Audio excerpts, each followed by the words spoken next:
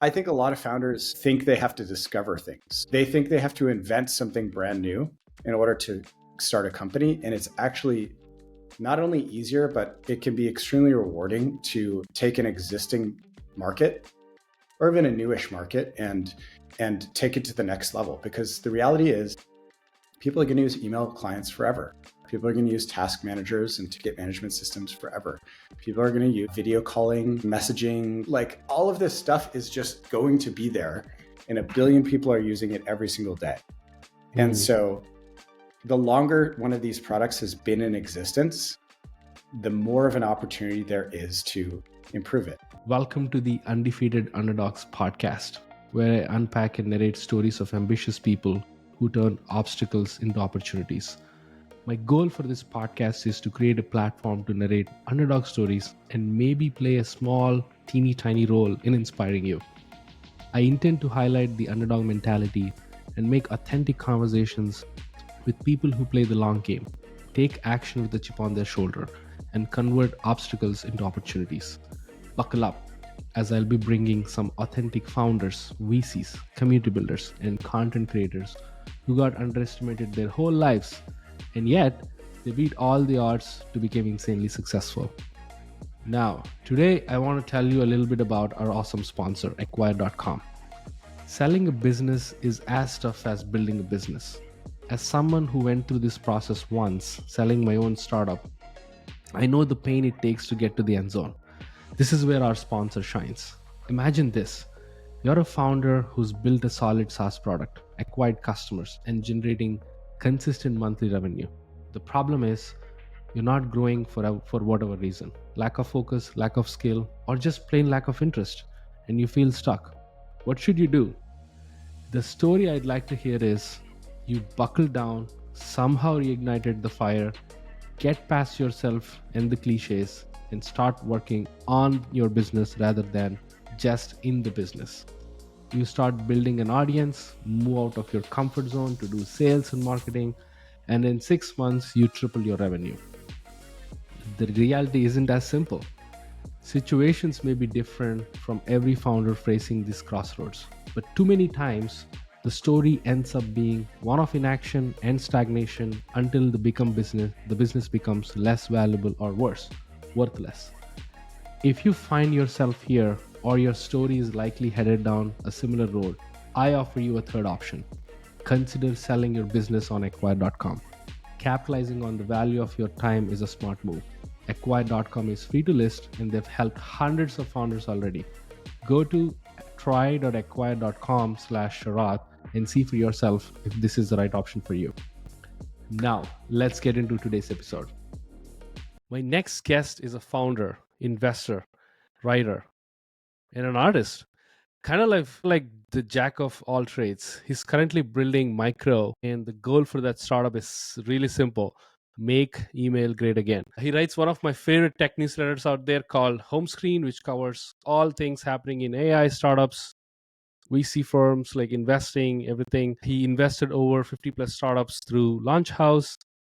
It's a fund who invests in New Silicon Valley. That's something I'm really fascinated about. I'm a big fan of Launch House. Many people I know work there, and they've built a solid community of founders over the years. There are a lot of topics I want to dive in, and let's get into it. I'm excited to bring Brett Goldstein to the podcast today. Brett, welcome to the show. How are you feeling?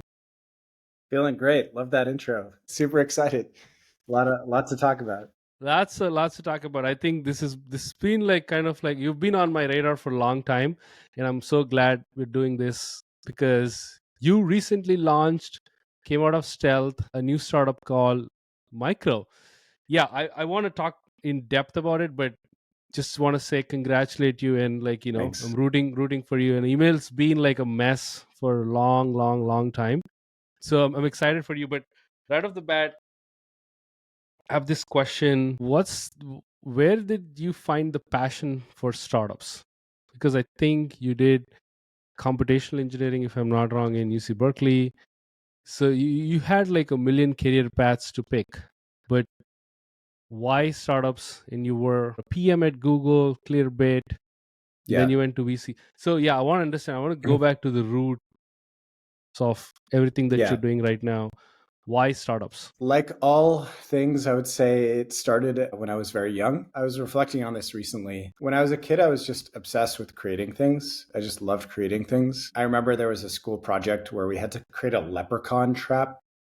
I don't know if you know what a leprechaun is. It's like a magical Yeah, creature yeah, yeah. It's in like I Irish think culture. that's like Yeah. Celtics logo. Yeah, exactly. So in like elementary school, we had to create our own leprechaun traps for St. Patrick's Day.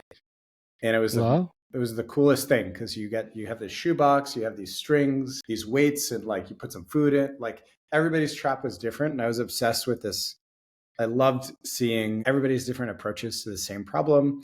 I loved creating my own thing, and that just kind of like bled over into everything else that I did. Like I uh, took a year of piano and then I quit.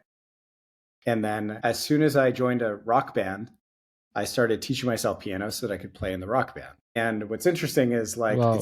it's the love of music wasn't there if I wasn't creating. The love of music for sure was there when I was creating, and I would go on to become like be producing music literally since high school. Like, I'm on Spotify, all that stuff. But Wow. it really stems from this passion for creation. And what I love about startups is it's all about creation. It's all about challenging the status quo Hmm. and saying, all right, like it's been this way for this many years, this many decades, this many hundreds of years, maybe. What if we did it differently? What if we reimagined something? What if we had a new perspective? And what's also interesting about that is it's an inherently optimistic field. Like Hmm. if you think about the job of a venture capitalist's job is to be optimistic Yeah. as As so as founder, right? Like you build yeah, something hoping that it'll help someone, yourself, your family, your friends. It'll do some good in the society. Yeah. yeah, exactly. So my dad was a lawyer, and he always said that I could be a good lawyer, but the reality is law is like a pessimistic profession, right? Mm, It's like it's all about in telling you what you can't do, or mm, telling you what you can do, but here's how you avoid legal issues and stuff like that. And it's not really creative. It's operating within yeah. the bounds of these structures and things like that. And so it's very clear why that was never exciting for me. And it's also very clear why large companies were not exciting because, the while the impact of every thing you create at a large company like Google is huge, you have billions of users, the pace in which you create stuff and the Mm-hmm. degrees of freedom of your creation, aka like changing the color of a button versus launching a whole product suite, Sure. it's much smaller in big companies. And so startups are really optimistic, all about creation, and you have insane control over your destiny and the impact of what you do. I love what you said about uh, it's an optimistic field. It's like field of doctors, right? They try to save. It's like field of engineers. They try to build something. They try to create something which will last forever. And what you said is also interesting about the lawyers. And there are certain areas where you try to do something that's destructive and like weapons and such things like that. And it's so fascinating at the age of like childhood. Where did you get that kind of like an inspiration from? I'm curious on, there should be some sort of a seed planted in your mind. You must have inspired, I don't know, like watching Star Wars. Like, this is so fascinating, I want to do something like that.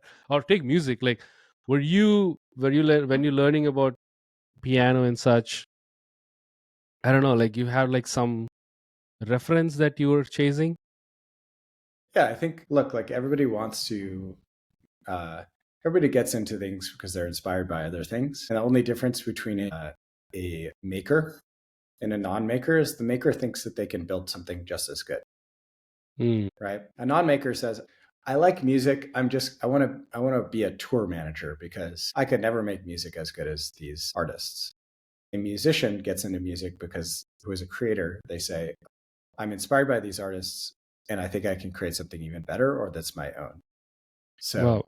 I really can't like pinpoint any sort of particular inspiration for, startups or I mean, there are a lot of bands that I really liked in high school and middle school and stuff, but I can't, maybe it's like, family upbringing, Mm. innate, nature versus nurture. I don't really know, but it was always in me. That's so. I think it's the surprise factor itself is the cluelessness itself is like kind of good because you're kind of still chasing that, right? In a way. So I love that. Well, why then did you build something before working at Google and these places? What were your first startups look like? So in high school, it was my band. That was what I was creating. In college, I did a website. I helped some student organizations I was part of. I took a little entrepreneurship class. I was part of a design club where we were doing some design work. I had wanted to start a company in college, but I didn't really know how. And I didn't Mm. really have the kick in the pants to learn how. I was busy with college. There's a bunch of stuff happening, Mm-hmm. parties and classes and all that stuff. So it really wasn't until after college that I joined Accenture in the research and development group. And Mm. that's kind of like it's like the internal think tank and, lab of Accenture, which is, as they were in the news recently for all their AI work. They've been blowing up because they have a giant services company Mm-hmm. that does tech integrations and stuff like that. So my job was to like look at the future of tech, design and build prototypes for new ideas in Mm-hmm. specifically collaboration software. And then I even got a chance to help build this thing called that became Accenture Ventures, which is their venture Mm. fund. So spent a lot of that time kind of building stuff from scratch. But on the weekends, I would just go to hackathons. I would work in cafes, and I would just constantly be doing two things, like writing this blog Mm-hmm. on Medium back in the day, and Mm-hmm. then going to hackathons and building stuff with friends. And so, yeah, So I think venture is always is under your radar, right? Like it's something that's been on your mind for a long time, and you've done all that. And there's a musician Brett inside you. There is an entrepreneur Brett inside you. Why didn't you pick pursuing music like as a career? Oh, is that like a yeah, career inflection point? yeah. Actually, I did some thinking on this several times in my life. So the first time was kind of throughout college slash after immediately after college. I was like thinking, okay, what would it be like if I did this full time? Like while I was at Google, I was able to do a lot of music production. Most of the stuff I have on Spotify is from that period right after I graduated and when I was working at Google. And I even took a year, like 9 months off, traveled around the world, produced a bunch of music. Both during these times, I was thinking, okay, like, what if I went into music full time and did this? And so I decided against it for a few reasons and came up with like a plan. So, number one, the music industry is just frankly not as lucrative as the tech industry. And Yep. so if I wanted to live a great life, I didn't have certain things I needed, but like if I wanted to live a luxurious, bountiful, abundant life, I needed to be in an industry with a lot of, it was more lucrative. Number two is the tech industry is more meritocratic than the music industry. So it doesn't really matter how much money you came from, who you know. In the tech industry, if you build a great product, you build a great product. If you build a bad product, you're not going to go anywhere. This is why you don't see tons of trust fund kids, Yeah. like tons of like even like repeat founders, like second, third time legendary founders starting the most successful companies in the world all the time. It's luck of the draw. It really has to do with skill. It has to do with Mm-hmm. timing. It has to do with all this stuff. And so if you're truly a meritocratic person, aka you really believe in yourself and you believe in your abilities, then you should choose the tech industry over everything else if you're truly good. Um, Music industry is the opposite. It's who you know. It's what's cool, right? There are a lot of songs you're like, Mm. how is this pop? How is this popular? This doesn't make any sense. And there are a lot of songs that are just like, you know, were bought by somebody and it's not even written by the person who is singing it. And like, there's a bunch of this backroom stuff. Like LA is very much a B2B ecosystem. It's a who you know ecosystem. And so what that means is it's a little bit more toxic than the tech Mm. industry. It's a little bit less deterministic. I mean, it's more deterministic in certain ways where like it's if you have the connection, you have the connection. Right. But it's less because if you are really amazing, you aren't necessarily going to be successful. Mm. And so I guess I would say the last thing is like, tech industry is just my people. I'm like a nerd. I care about talking about weird stuff, like thinking about the world in a deeper way. Like, music industry people are not so much like that. There are a lot of them that are, but they're a little bit more distributed. So Not the overall, I was like, majority. yeah. So overall, it's just a no-brainer. But the thing I decided was, well, I could keep making music into my age. Like, it's common for like people in their 20s to really have their success in music, but like that's changing. And I literally had this thought 10 years ago. AI will make it so I can continue to make music into my 60s, 70s, because I can masquerade as like some sort of cartoon character instead of Yeah. like a 60-year-old. Yeah, I think the world is going to be a different place. We'll definitely talk about the how the future is going to be and everything. But what you said about music industry is so fascinating. I didn't know that. Like, I think lot many people who are outsiders, they don't know the inside job. Maybe you should write a blog post on it, like the intricacies of being in a music industry. But you've Launch House, let's talk about Launch House. It's kind of like a radical idea. It's like kind of like a blend of reality show, the concept of reality show, and the concept of accelerators that are in tech. So it's so weird in the first place, like bringing founders under one mansion to build something for 30 days, and then you have a like demo day, and then investors invest. So not tech. So it's so new. So where did that idea come from? How did you kind of what was the problem that you tried to solve, and which eventually kind of like went on a different spectrum? You were in Web3, you were in crypto, like different things you did. So yeah, talk to me about the inception days of Launch House. Yeah, it really wasn't supposed to be a thing. Basically started out like me and a handful of founders were on kind of like an online founder program during the pandemic. And like everybody else in the pandemic, we all wanted to hang out in person and not on Zoom. And my co-founder, or would-be co-founder, Michael Hauk, decided to rent an Airbnb in Tulum and invited a bunch of people. And then on the flight over, I blasted a tweet out with a random idea I thought and pretended it was a reality show. I said, introducing Launch House, a reality show where 14 founders live together in Tulum and try to launch something or something. That was the tweet, right? It goes viral. It goes viral, Yeah. obviously, because you said, it's a weird thing. And we had a captive audience. Like everybody wanted to out during the pandemic, and we were the ones kind of getting out. So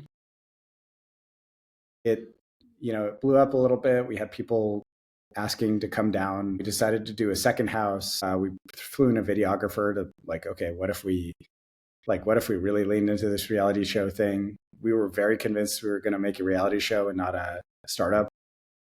We even moved the whole thing to LA because we're like, that's closer to showbiz. It'll be easier to show momentum. Yeah. So you made moves. Yeah, we made some moves, but yeah, reality, the big aha moment is that we realized, early on, but especially in LA, that number one, the people we were attracting to this program were amazing. Like, you look at some of the accomplishments of these folks, even when they started the program, but especially now, years later, it's insane. Like these people are this is the future of the tech industry for sure. And we felt like it was stupid to waste that on a reality show. The other thing we realized is everybody was becoming extremely close friends, which is very hard to do after you're graduated college and you form your friend groups. And so it's like success, happiness. This is like the serendipity. Yeah, it was an amazing combination of those two. And, for the few years that we were operating it afterwards, it was the best feeling to be able to walk into every cohort and say, two things are going to happen this month. You're going to meet best friends for life. Many of these people you're going to live with as roommates. You're going to start companies with. You'll go to their weddings. You go to like these are your people for the rest of your life. Guarantee that. And then number two is your career trajectory is going to dramatically change because of your relationships with all these people and the work that you do here. It was so great to say that, because at the end of every cohort, they would say, yes, that was true. Wow. In building that community, let's talk about community building. In first of all, bringing a set of people itself is so hard, regardless of how much network you have, and making them stick for a long time, it's also hard. And you've built Launch House during COVID time, which when everything is kind of shut down.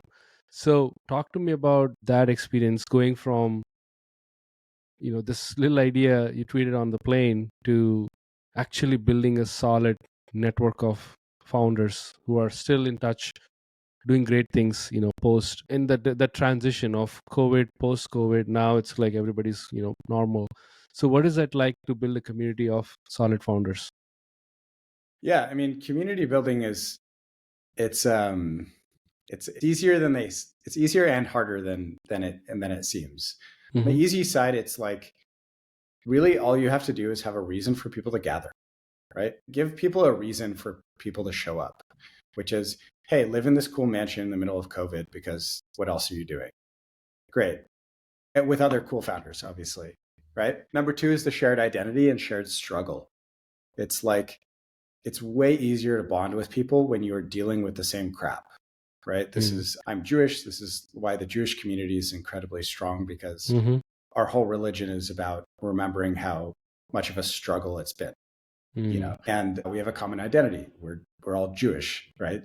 Same thing with these founders is like, they're all founders. They're all kind of young. They're all trying to make something of themselves. They all took this leap in COVID. They're all struggling with the founder thing that every founder struggles with. So that little recipe right there, those two things is enough to, and then the last thing is time. You need time and attention. You need to give people time and attention. This is why college festivals like Burning Man or retreats where there's nothing to do except hang out and be with each other, these are the best places to build friendships, because friendship is built on giving people's attention, giving people your attention, giving people your time. And so when you have unlimited time to give because there's nothing going on, there's no work or anything, it's easy to build friendships. So these three things are like what creates community, right? Like everything else you can layer on top, but those are the goals. In that community of bringing founders together, what is like, where did you kind of keep, so it gets funnier business when you bring personal life into professional life. And some people, of course, like I do believe in that there is no professional personal life in startups. Everything is the same, right? Like we live in in the world, and both worlds collide with each other. So but there should be some sort of seriousness, right? So what were your kind of, I don't know, like incentives to push these founders to their limit? You can do this, like, how did you kind of do that for over this set of cohorts, not just one? Like how did you push them to, like, you can be great at doing things, building things, don't just come here for relationships and, like, which is awesome. Let's get to work, let's get shit done, right? Like what is something that motivated them and that you've used, at least in your experience? I mean, I think the evolution of the program is important to note. Like in the beginning, it was a bunch of founders hanging out together in a house in Tulum. There's no real program, really. It was literally us like building stuff, hanging out, eating some food. It was primarily social, but because we were all founders, because we didn't have jobs, and because all of our objectives for the next few months were to figure out an idea to start a company with, we all were very self-motivated to go and do that. And over time, the program kind of spoke for itself. Like if you have big famous investors and CEOs coming in to give talks, you're not gonna like squander that. And then when you have thousands of people applying, it's easier to get people who are taking stuff seriously. But the flip side is you do need kind of unstructured bonding time outside of the actual program. So when you compare us to a traditional accelerator, like Launch House was not a rigorous, intense, like go crazy, type thing. It was really a launch pad for the rest of your career. Build Go the have relation. fun. It wasn't so much go. There was a lot of fun to be had, but it was more like, like let's use this time to build the connections that you need to both survive emotionally and professionally. Yeah, and you kind of are also, you tapped on the Web3 crypto wave. So talk to me, but I want to definitely touch upon the AI wave. We can get into micro as well for sure. But yeah, you saw this wave and it's going down. So talk to me about the transition. Why do you think the wave died, and do you think Web3 is coming back? Even Bitcoin is like on the rise again. People are like, so many companies are investing in Bitcoin right now. Yeah. Politically, it's like another thing that's happening right now. So yeah, talk to me about Yeah. the whole up and down. Yeah. I mean, at Launchhouse, we just followed where the talent was going. We didn't have particular, opinions about people should be building in this or that. Mm. I did encourage a few founders in certain directions. There were a few folks who were thinking about their next move, and the crypto cycle was starting. And one of Mm. my biggest kind of points for this guy was like, if you believe that Web3 crypto, whatever we're calling it these days, is going to be a thing in the long term, doing something with it now, whether or not it's successful or fails, is helpful, right? It's gives you context and credibility and makes it so you have a starting point. And this is the thing.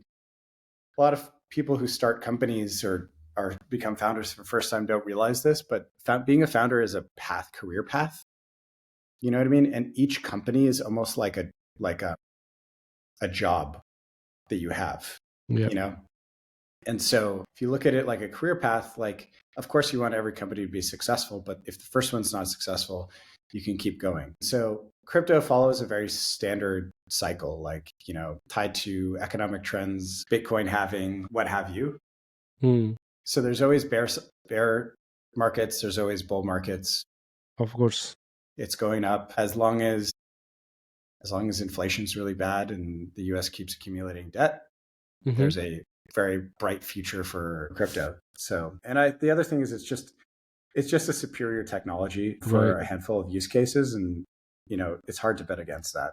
Yeah, I think the world, it's not ready yet. Maybe in the next 10-15 years, the decentralization concept itself will become more normal. You're talking about, you're giving advice to founders. Let's talk a little bit on that. You've talked to many founders, invested in many founders. What is something that do you see, it's like a common data point that you keep on getting the same, either a question or like a topic that you can't repeating themselves, that people generally miss? It's like something that's so obvious to you, but it's not obvious for others, basically the founders that come to you for advice. Is that something that you identified in the last few years of you being investing in so many companies? Yeah, there's a handful of common mistakes and stuff. I would say, I think I yeah, was more not even like asking about mistakes founders will make, but it's like some things that are very obvious to you, right? Like you just said, yeah, that is so obvious. Like regardless of the wave, you being part of that wave itself will teach you something. That is so obvious to you, but that's so unintuitive to others. Like that to me is like, that's so unintuitive. Like, you see what I'm yeah, saying? Like as a yeah, yeah, founder. yeah, So I'm talking about those particular, it's yeah, like either thoughts or like some philosophy that you carry as an yeah, investor to founder.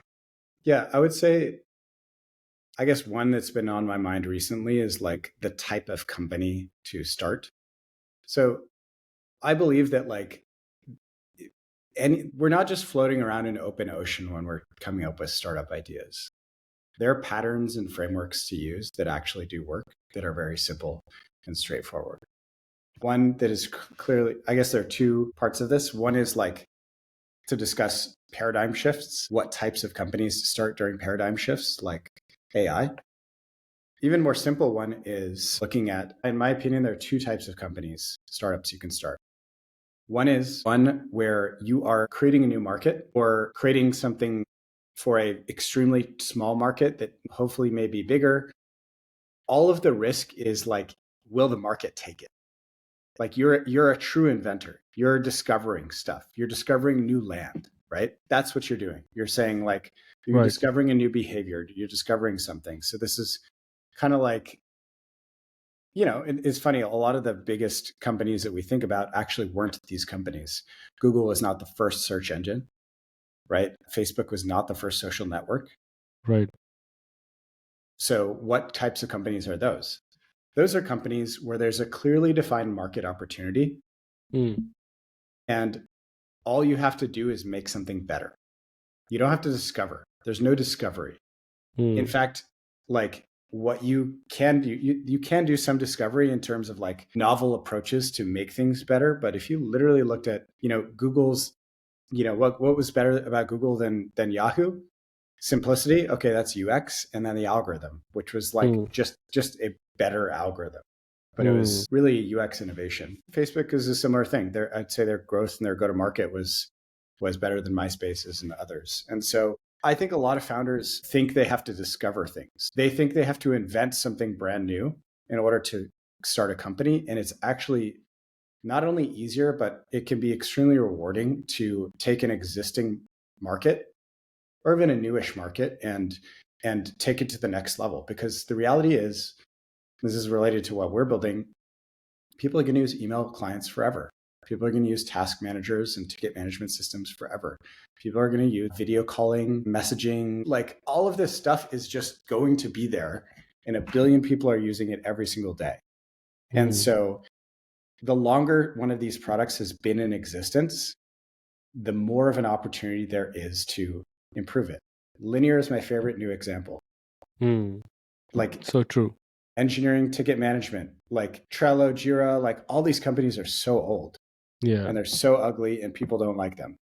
And Linear's entire innovation is, let's just make this beautiful. Let's just make this really delightful to use because you're in it all day.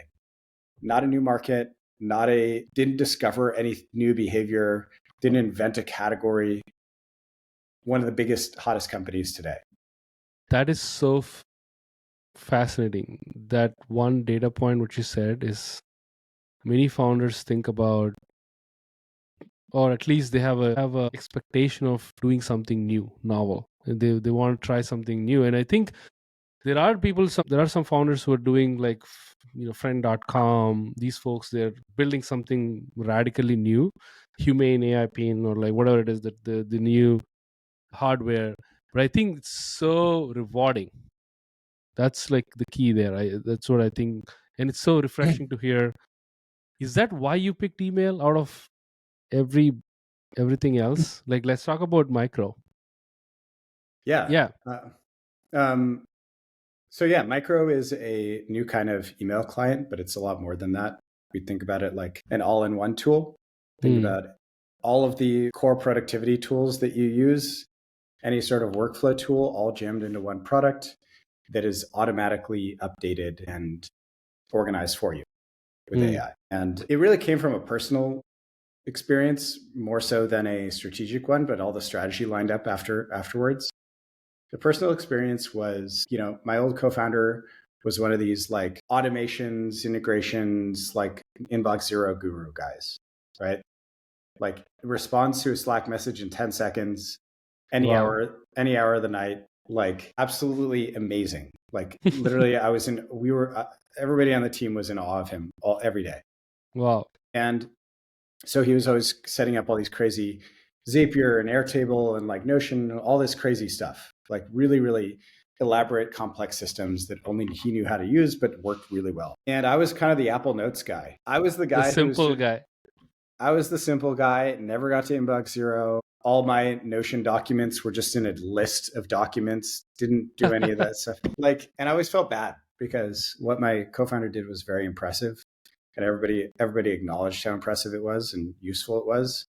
And I always felt bad about myself as like, if co-founder of a company couldn't really stay on top of emails. I realized that like the way we've architected both culture and technology emphasizes this feeling bad, where like Superhuman says you should get to inbox zero, right? Like, Right. notions like you should build your second brain, Right. like there's all these talking points in the productivity space that are Right. all about pushing people towards this like productivity maximalist Mm-hmm. perspective. It makes you feel bad if you're not one of those people. Yeah, I think only very few can pull off. What about the rest? Yeah, very few can pull off. And, interestingly, I thought it was like, okay, if you're a highly successful person, you're absolutely going to be one of these maxis. And I went and talked to a bunch of startup founders, really successful ones. They said some of them said they had to take Adderall to stay on top of stuff. Wow. And the others basically said they don't stay on top of stuff. They just let it go. They just let it go Mm. because they can't. And so we're in this weird situation in society where all our tools and culture are basically gaslighting us into thinking we suck at our jobs because we can't do this thing that everybody's trying to help us do. But the reality is it's not a skill issue, it's a tool issue. And so that was my big takeaway, is that like there's this big gigantic problem and society is not set up for it. The other big takeaway is that we've been solving the problem wrong for the last 20 years, which is Superhuman, is arguably the best product in the market right now. Their perspective is let's make things really fast so you can take an action on every single email extremely fast. So you can mark emails done really quickly, whatever. So it basically believes that email is a task. Paul Graham even says emails are tasks that you have to action on. And the reality is that's not what emails are. Email is home to like hundreds of different workflows. Hundreds. Hiring, sales, podcast management, like a bunch of different things. Shopping, Black Friday shopping, like whatever. And they're all jumbled up into the same interface. And each of these workflows has a different behavior with the message or with the content in the message, right? Like I don't want to mark my flight done because it's tomorrow, right? I don't want to act on it. So that is so true. That's a great point. Actually, we keep some of these emails unread because the timing is not right. We don't want to read them today or like reply them today because we want to reply them tomorrow. That's a good insight. Yeah, go ahead. I didn't mean to stop you. So Chris Dixon has this idea of like, I think it's Chris Dixon, a weak solution and a strong solution.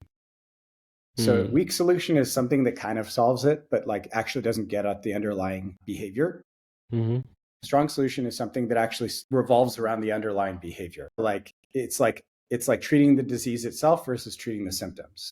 And so a lot of productivity, like especially in email up to this point, has been a weak solution. You get a lot of emails, you should mark them done so you can move on with your life. The strong solution is what we're doing, which is saying email is a database. It's not a list of tasks. It's a giant database. It's super unstructured, but it's a giant database. And if we just structure that database, you can actually configure the proper interfaces for the workflows that you're trying to do. So instead of managing your startup fundraise in a bunch of emails, why wouldn't you see it in a pipeline view? Right. Instead of reading your newsletters in a list of emails, why wouldn't you see them in a beautiful gallery view? Instead of searching for the 6 emails from United about your flight, why wouldn't you just see the flight? So the idea is email is home to the most important information about you or your company. And all we have to do is structure it in a coherent way. And we immediately solve a lot of these problems of email overload because you're not going to be worrying about missing your flight information if you have a flight app inside of Micro. I love that. When are you going to ship it? I'm excited to try. I'm excited to give it a try because so far emails has been like one of the clumsiest things that we live with. I think some of the people who has OCD still have clumsy email inboxes. I'm for sure I can say that. I want to dive in a lot about like the semantics and the way you took the idea from really like a thought to like real life. But I want to ask one quick question about entering into like crowded markets, which we covered before, right? So we talked about the upsides. There is Yeah. a proven market. You go there, build a better solution, offer a better UX, build a better system Yeah. for the users, and they adapt quickly. And we've seen Linear do it, Arc, the browser, do it, like so many other companies do it. You know, Beehive do it with newsletters. So many other examples. So, what is like the downside, do you think, of entering into a crowded market, and how do you think founders should avoid? Yeah. I mean, the obvious thing is when you're the only player, you're the only game in town, you just kind of like, if it's working, it's growing like crazy, Hmm. right? This is like all these stories of strong PMF and stuff like that from these early companies comes from that. Like if you're really the only game in town, you're growing like crazy. It's much easier to sell because nobody else is competing with you. So in extremely competitive markets like email, like CRM, which we're in, you have to do a lot more work. There's a lot higher expectations. So a good example is, and this is something I learned in LA. And so why is it that LA and direct to consumer brands like food and beverage or clothing, Yeah. even, why do they have really, really nice brands and compared to tech companies? And the answer is competition. So the idea is that in any market, when you don't have a lot of product differentiation, you have to differentiate on other things: content, brand, Hmm. distribution, all of that stuff. And so in tech, are you not used to a world where there's a lot of competition because the industry is pretty new. There were only so many of XYZ type of company at a certain point. So YouTube didn't need a fancy brand when it started. Instagram didn't need a Hmm. fancy brand when it started, right? Interesting. Because it was the only one. So, or one of very few. So when we approach this market that we're in, email and CRM and all this other stuff, yes, our approach is very new. It's very interesting. I think our product is like at least 10 times as good as the competition. Like it's going to be wildly apparent when we're at showing off the product early next year. But because it's so competitive, we do need to invest in brand. So we hired one of the best brand design agencies in the industry and are putting a lot of work into that right now. Wow, that's a refreshing take, because I think the way of course, Jeff Bezos says is like, take care of your users. You don't have to worry about competitors, right? But this is something new. I think you brought like a new flavor of D2C brands, how they approach, or even like these fashion brands, right? They all, at the end of the day, make clothes or bags. That's Mm-hmm. like the utility, but the way they differentiate is through brand, right? I think Yeah. that's what Jaguar tried. I don't know if they succeeded, but Yeah. Yeah. Yeah. Yeah. Yeah. Totally. that's so good. And I think, yeah, let's, if you want to get into the details of micro, right? So one, reinventing email itself is a big, bold claim. On top Yeah. of it, you're trying to sell email as a CRM, which is completely new. So where did Yeah. this blend came from? Like, why CRM? Why can't email be like a chat, another chat, or why can't email be in a different form? Did you imagine Yeah. in different forms and you ended up with CRM, or what was like the journey like? Yeah. So again, the original feeling was, okay, email sucks. Like we need to fix this. And then GPT-4 had come out around the same time, and I said, okay, maybe this is the solution. AI plus email. That was the starting point. Mm. A lot of companies started at that point, right? A lot of Mm-hmm. companies right now are looking into that, and it makes sense. AI is great at structuring unstructured information. It's like having like a personal assistant sitting in your inbox doing things for you. But the problem with starting an email client, if you look at the history of email clients, there's a long, long, long list of either totally stagnated or dead companies, right? Mm-hmm. I think Superhuman may be the most highest valued one, like almost a billion or little less than a billion right now. It's pretty rare. It's very, very rare. Most email clients stagnate. And the reason for that is this. Who are the people who want a new email client? It's my old co-founder. It's not me. It's the productivity maxis are squeezing just a little bit more out of Gmail, and they want to squeeze a little bit more out, right? They're not They're not satisfied. they're not satisfied. They have some really weird tastes and stuff like that. Those are your early adopters. Those are the people who have the pain point with email. And so what happens if you're a startup founder, the common knowledge is you find these early adopters with the strongest pain point. Okay, so now you're building for these people, right? Every single email client, they wind up building for these people who want to try new email clients. They have all these feature requests, tons of feature requests, because that's who they are. And so it takes you 2 years, 3 years to get to feature parity. And at the end of the day, these people don't want a new email client. They want a better Gmail. They want a faster Gmail. They want a prettier Gmail. They want like a Gmail with 1 or 2 more features. And at the end of those few years, that's literally what you've built, unfortunately. And email is such an entrenched product. You have billions of people who've been using it for hours a day for decades. Yeah. Like you can't take too many changes on the actual UI. So there's this trap. I call this the email client startup trap. So they all fall into it. Anybody starting an email client today will fall into it. Why are we building a CRM then? Number one, I used to work at Clearbit, which is a data enrichment company. And I've worked with CRMs before in other companies I've worked with. And they're all trash. They're really trash. And if you ask people what the biggest, most important integration or the biggest opportunity is in email, it's just better email integration. That's what people want. Better email integration.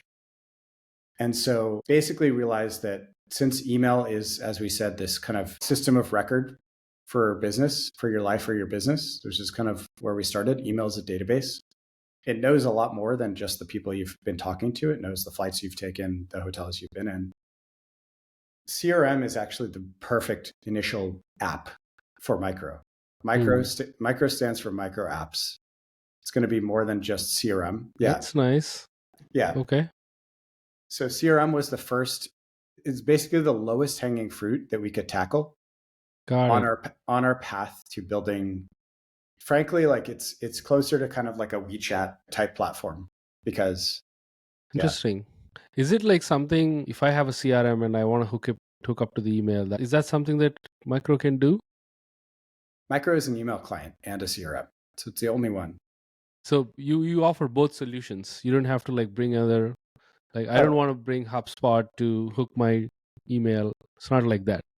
Yeah, you sign in with Gmail and you use Micro the same way you would use Gmail, right? But the nice thing is you also have a very modern, beautiful CRM system within it. By the time this podcast comes out, I guess it'll be soon, but like, if you're listening later, we will have engineering ticket management system in it. You'll have document management, like full Notion style documents. You'll have, I love that, file management, like your own mini Dropbox inside of it, and all this stuff. Yeah, I think media, that's another thing, right? Like there's so many photos we exchange through emails, and many times we just have to download and then move device to device. That is so fascinating, Brett. I think is something that I'm looking forward to use, and I'm sure many wanted to reimagine email. Let's truly like kind of rethinking email. Did you use certain frameworks to, like as a founder's problem solving frameworks that you've used to build Micro? Is that something, certain set of foundational frameworks that you use generally, you know, as a team? Yeah, I would say so. I think one framework, I wouldn't say I learned this anywhere. It just more like was an observation. And I see a lot of people making this mistake with AI startups, is that you need to meet users where they are. So people don't understand chatbots because they don't use chatbots all the time to do their actual work. So if you're going to build a CRM product or an email product, it needs to look and work like a CRM or an email product. We actually started out Micro as TikTok for email. So we had like a mobile app swiping through little summaries of the emails. People thought it was cool, but didn't use it. And it's because it's not close to what they have understood or used their whole lives. So the reason for that, and going back to music, is the same thing. Like it's impossible to write a song that doesn't have elements of existing stuff, because people's brains. People can only conceptualize of things or how to use things based on what they've seen already. So if you're trying to build the future of something, you need to be using an existing interface or something close to an existing interface. You can't take. I love that. That is a great soundbite right there. Yeah. I love it so much. Yeah. Before we wrap up, we're kind of ending on the time. I want to like ask about a couple of other things which are, off topics. Like, do you have a criteria that you've used to find co-founders? Like, is there something that for first time founders who are building something on their own, they want to collaborate with others? I think in general, like collaboration, like, do you have tips that you can offer founders to, like, hey, these are the things that you need to look for? It can also be like hiring. So this can be like, these are the things, the qualities that you look, in people that you collaborate. Yeah. So I'm a solo founder with Micro. So this is, and I had 2 co-founders at Launchhouse. So I would say for co-founders, you want, I think Naval had some great points about this, where you want somebody who's high integrity, high output, and highly intelligent. The most important thing to remember is that, like, depending on the role, but most of the, 90% of the time, this person is going to be a leader on your team. And any sort of behaviors that they have are going to be magnified by the rest of the team, particularly if they're the CEO. But if they're the CTO, it'll be magnified on the engineering team. And they will, this is the person who's going to set the pace. And that's number one. Number two is you just need to be in the same mindset as them in terms of the effort and energy and intelligence and all that stuff. The number one thing that destroys co-founder relationships is losing respect for each other. So you need to work with, and this, in relationships, you have love, and business relationships, you have respect.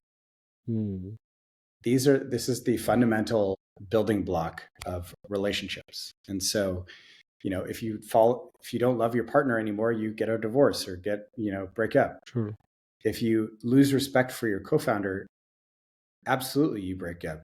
Like there's no moving forward, because that's what screws stuff up. So you need to deeply respect them for what they do, and you need to make sure that your skills are complementary, or there's a clear division of who does what and who reports to who. I love that. I think, again, relationships have love, founders in business have respect. That's a great point. And I think we should kind of crave for that by being authentic and doing, push each other, right? That's one thing I want to add on top of what you said. Do you have a cheat sheet to build a solid network in tech? Yeah. Get on Twitter. I would say I probably met more people in the San Francisco tech industry, but especially the broader tech industry on Twitter during the pandemic than I did for my 6-7 years living in the Bay Area.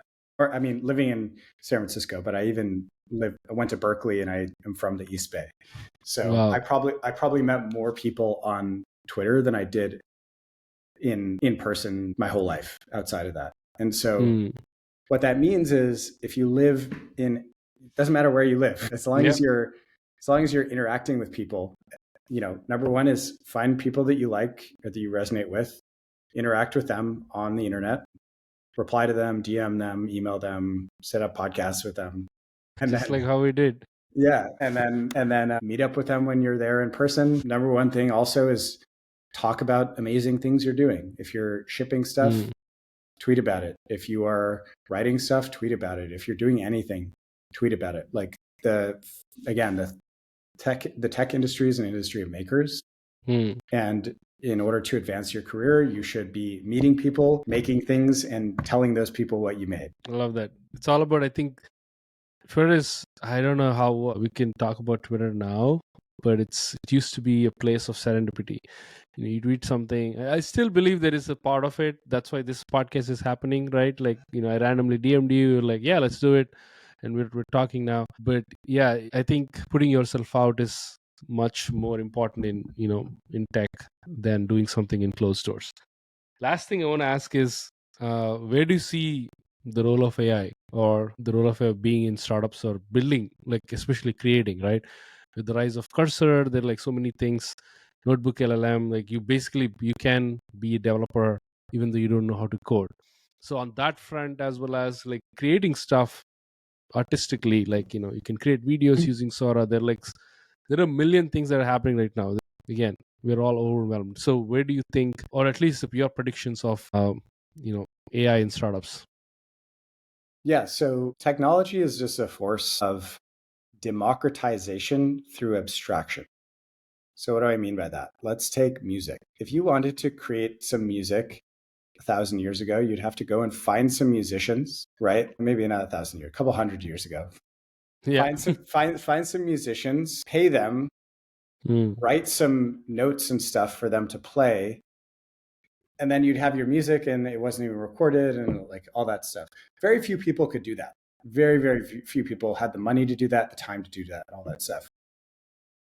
Then you have, the rise of MIDI, like digital instruments and digital workstations. And now like kids in their bedrooms can produce music, right? Mm-hmm. Like Billie Eilish, bedroom producers, Yeah. like they made most of their album in their bedroom. And what does that mean? It's like you don't have to pay all those people, those musicians to create music because it's been abstracted. Music has been abstracted.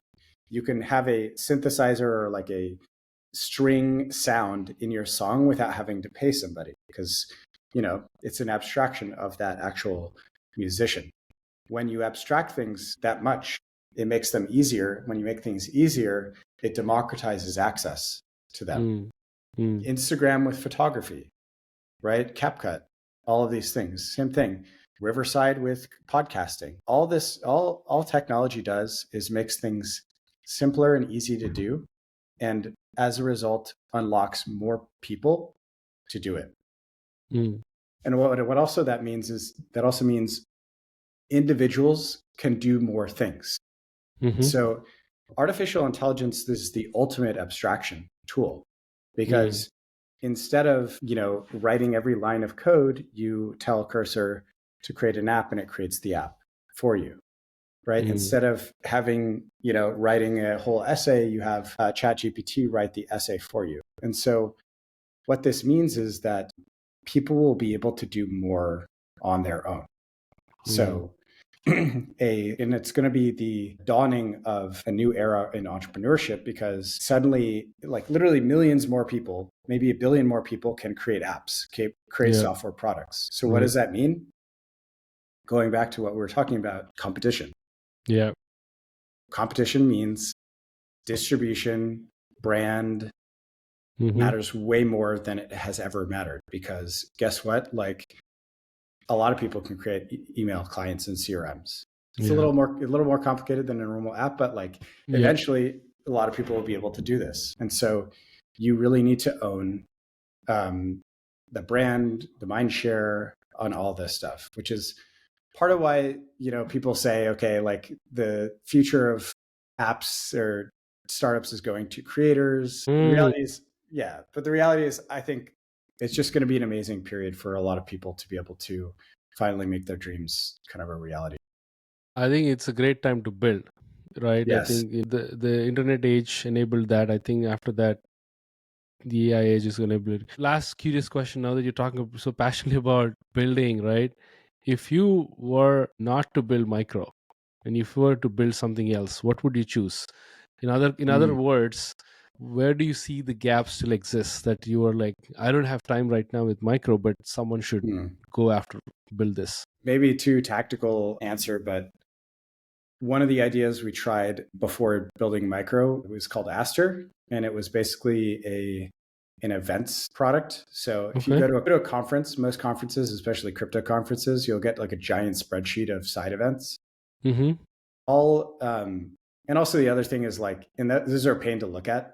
The other thing is like you go to a conference to meet people, and it's actually annoying to figure out who's at the conference and all that stuff. This is why people tweet out and all this stuff. Yeah, I said like, I'm here, come meet me. Yeah, that's true.